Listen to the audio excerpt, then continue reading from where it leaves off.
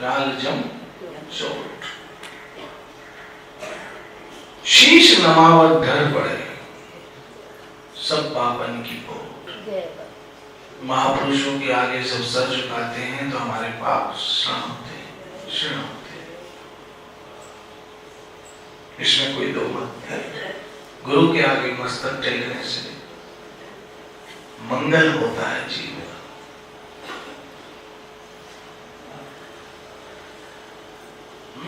काल जाल जम चोट, साधु मिले सब टले, काल जाल जम चोट, शीश नवावर डर पड़े सब पापन की पोट। इसलिए राजा अशोक ने जैसे ही महापुरुष के दर्शन किए अपने आप को सर झुका दिया। राजा सम्राट अशोक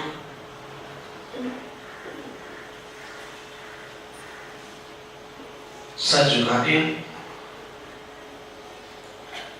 तब उनके एक मंत्री को बहुत गुस्सा आया। कहते हैं कि रोटी जितनी तवे से ज्यादा रोटी गर्म होती, चाय से ज्यादा केटली गर्म होती, इसलिए संत से ज्यादा उनके चेहरे गर्म होते।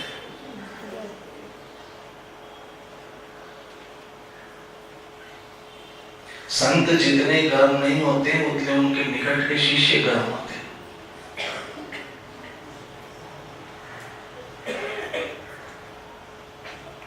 ऐसे सांप जितना गर्म नहीं होता है उतना उनका सेक्रेटरी गर्म होता है।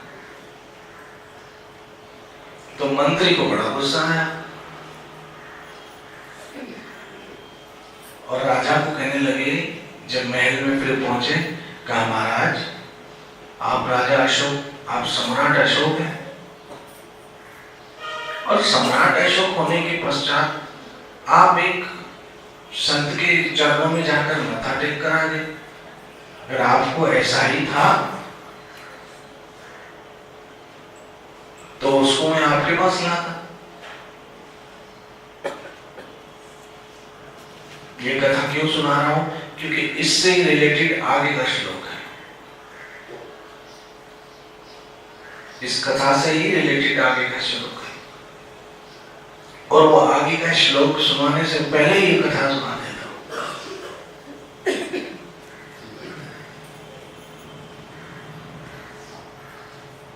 ताकि उसका भूमिका बने।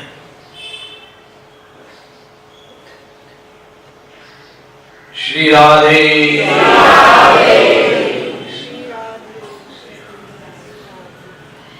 महाराज आप चाहते हैं तो मैं उस संत को आपके दरबार में पकड़ के ले आता। कहां आप राजा अशोक, कहां वो बैठा फकीर, और आपने अपना सर वहां झुका दिया। इस सर का बड़ा सम्मान है महाराज, इस पे ताज है भारत का। तो राजा अशोक चुप हो गए, मुस्कुरा दिए और मुस्कुराने के पश्चात कुछ दिनों के बाद भागवत के बड़े अद्भुत श्लोक के जो सर भगवान के आगे झुकता नहीं है, मात्र वो भार है, मात्र भार है। क्यों?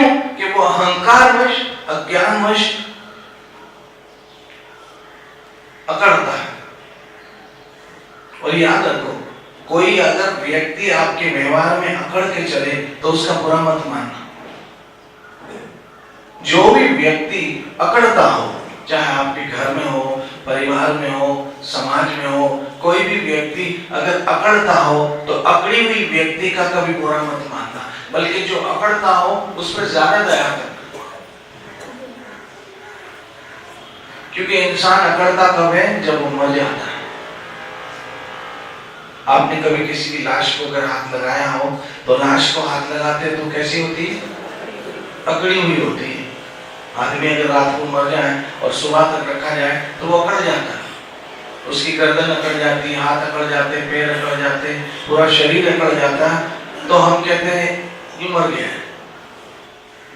इसी तरह से कोई जीते जी अकड़ के चले तो समझ लेना ये तो बेचारी चलती फिरती लाश है। और लाश लाश का बुरा कौन मानता है?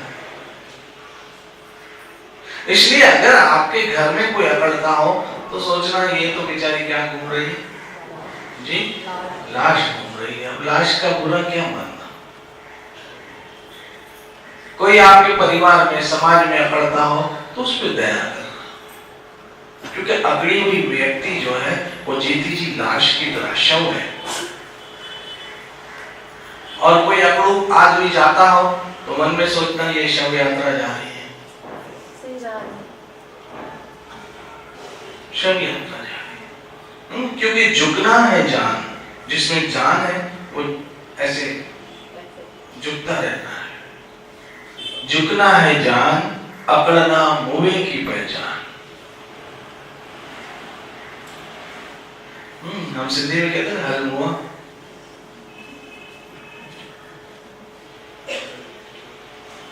तो जो अकड़ना मुए की पहचान, मुआ मतलब मरा हुआ, अकड़ना मुए की पहचान। इसलिए जो सर भगवान के आगे झुकता नहीं है वो मात्र बाहर है। संत कबीर ने तो कहा, लेकिन साथ भागवत में भी कहा गया। और आप जो वैष्णव भगवान के आगे झुकाते हो, कितने भाग्यवान। जो भी कुछ क्षण में झुकेगा फिर से, जितने झुका सकते झुकाया करो, घड़ी घड़ी झुकाया करो। मंदिर में आते समय, जाते समय, घर में जाते समय, घर से आते समय झुकाया करो, बहुत फायदा। इसलिए राजा अशोक को कहा जब ये कि आप उसके आगे जाके सर झुका के आए,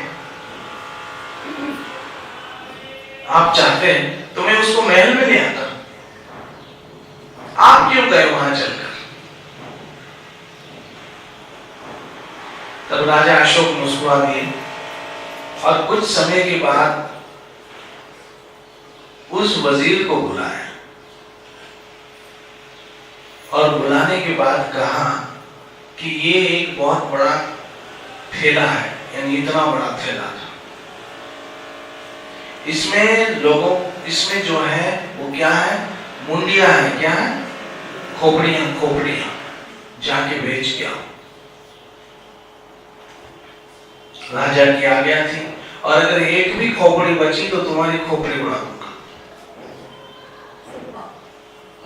राजा की आज्ञा थी, इसलिए वो रथ पे गया और वो थैला रख दिया रथ पर और जाने लगा। शहर में पहुंचा, हाथ डाला, शेर की खोपड़ी निकली।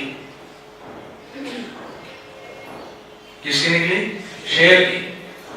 ले लो, कोई लेगा शेर की खोपड़ी? 50 आदमी जमा हो गए। शेर की मुंडी हम लगाएंगे अपने ड्राइंग रूम में, शो बढ़ेगा, शोभा बढ़ेगी। कितने की है? कहा 500 रुपए की है। 1 सेकंड में बिक गई। फिर हाथ डाला, चीते की खोपड़ी है। खोपड़ी लेनी है किसी को? 10 आदमी आ गए। चीते की खोपड़ी, फोटो निकालेंगे, कहेंगे हमने शिकार किया है, तुरंत बिक गई। फिर हाथ डाला, हिरन की खोपड़ी निकली। हिरन की खोपड़ी, अरे वाह, बड़े बड़े सींग वाला हिरन, इतनी सुंदर खोपड़ी है, ये तो सजेगी, वो भी बिक गई। बकरे की खोपड़ी निकली, अरे वाह, 20 आदमी आ गए, दे दो इसका सूप बना के पिएंगे, वो भी बिक गई। सब खोपड़ियां धड़ाधड़ बिक गई। तब अंत में मनुष्य की खोपड़ी निकली। कोई खोपड़ी ले लो, कोई खोपड़ी ले लो, ये मुंडी कोई लेने वाला है? कोई नहीं आए। जानवरों की खोपड़ियां, पशुओं की खोपड़ियां धड़ाधड़ बिक गई। मनुष्य की खोपड़ी कोई लेने वाला नहीं है। कोई ले लो, कोई ले लो, कोई ले लो, कोई ले लो, कोई नहीं आए, कोई नहीं आए। अंत में किसी को कहा मुफ्त में ले लो, लोगों ने कहा इसको ले जाओ हमारे सामने से, नहाना पड़ेगा देखकर, हम इसको छुएंगे भी नहीं, लेना तो बहुत दूर की बात है, छुएंगे तो भी नहाना पड़ेगा। अंत में खोपड़ी किसी ने नहीं ली और वापिस आ गया। राजा ने कहा सब खोपड़ियां बिक गई, कहा महाराज सब खोपड़ियां बिक गई, लेकिन एक खोपड़ी है जो कोई लेने वाला नहीं था, सब तिरस्कार कर रहे थे। कौन सी खोपड़ी है? कहा मनुष्य की। तब राजा ने कहा मैं आपको ये सिखाना चाह रहा था कि जिस खोपड़ी को, जिस सर को, जिस मुंडी को कोई मुफ्त में भी लेना नहीं चाहता है, जब वो मुंडी, वो खोपड़ी किसी संत के आगे झुक जाती है तो उसका मोल हो जाता है, उसकी कीमत हो जाती है, उसकी वैल्यू हो जाती है। वो सर जब झुक जाता है तो उसकी वैल्यू हो जाती है। इसलिए आप सबों का सर जो झुकता है उसकी वैल्यू हो जाती है। 23वां श्लोक भागवत का। जिस व्यक्ति ने कभी भी भगवान के शुद्ध भक्तों की चरण धूलि अपने मस्तक पर धारण नहीं की, वे निश्चित रूप से शव है, तथा जिस व्यक्ति ने भगवान के चरण कमलों पर चढ़े तुलसी दलों को सुगंधि का अनुभव न किया हो, बस श्वास लेते हुए भी मृतिक देह के तुल्य है।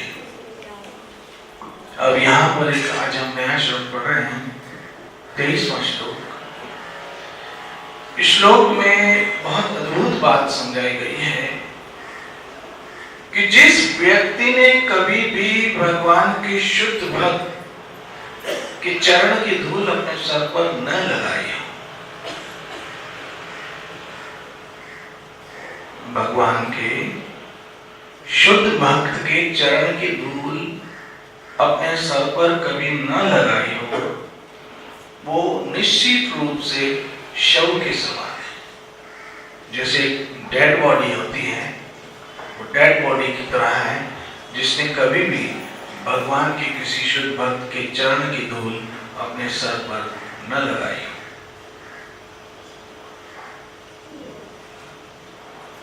और जिसने कभी भगवान के चरण में जो तुलसी होती है उसको सुगंधि न ली हो,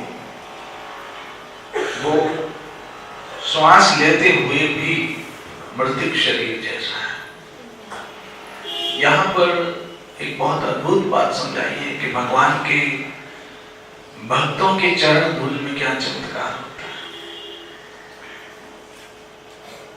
और उस धूल को सर पे लगाने से किस तरह से भगवान प्रसन्न हो जाते हैं।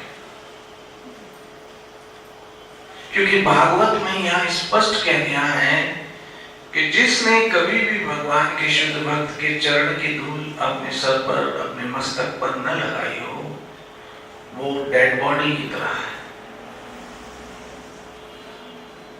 अर्थात जो भगवान के शुद्ध भक्तों के चरण धूल अपने माथे पे लगाते हैं, वो उनकी भक्ति जीवित रहती है, यहाँ पर कहने का अर्थ है। और जो भगवान के चरण कमलों पर चढ़ी हुई तुलसी को, सुगंधि को नहीं लेते हैं, उसको नहीं सूंघते हैं, उनको नहीं प्रसाद लेते हैं, वो श्वास लेते हुए भी मृतिक देह के जैसा है, जिससे मरी हुई बॉडी है।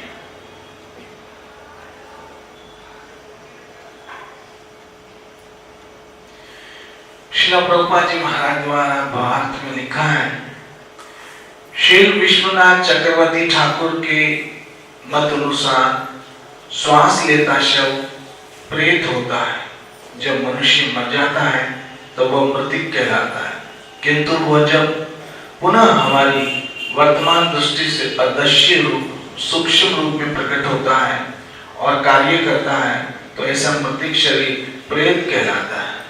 प्रेत सदैव ही अत्यंत बुरे तत्व होते हैं जो दूसरों के लिए भयानक स्थिति उत्पन्न करते हैं। इसी तरह प्रेत सदृश अभक्त जिन्होंने तो शुद्ध भक्तों के लिए न मंदिरों में कि विष्णु विग्रहों के लिए कोई सम्मान रहता है, वे भक्तों के लिए शरीर भयानक स्थिति उत्पन्न करते रहते हैं। भगवान ऐसे अशुद्ध प्रेतों को कोई भेंट स्वीकार नहीं करते। यहां पर ऐसे लोगों को भूत कहा गया। भूत जो हमेशा तकलीफ वाली परिस्थितियां उत्पन्न करते हैं, कष्टदायक परिस्थितियां उत्पन्न करते हैं, और ऐसे अशुद्ध भक्त जो हमेशा कष्टदायक परिस्थितियां उत्पन्न करते रहते हैं, और वो कभी ना भक्तों का सम्मान करते हैं और ना ही भगवान के विग्रह का सम्मान करते हैं। तो यहां चरण धूल अपने मस्तक में लगाने का अर्थ है कि आप समझिए कि यह भागवत में भगवान के भक्तों की कितनी महिमा बताई है, कितनी अद्भुत महिमा है कि उनके चरण धूल माथे पे लगानी ही चाहिए। यहां तक कि भगवान भी लगाए रहते हैं इस तरह के भक्तों की चरण धूल के लिए। भगवान की भक्त भी जैसे हैं ऐसे भगवान भी उनके प्रति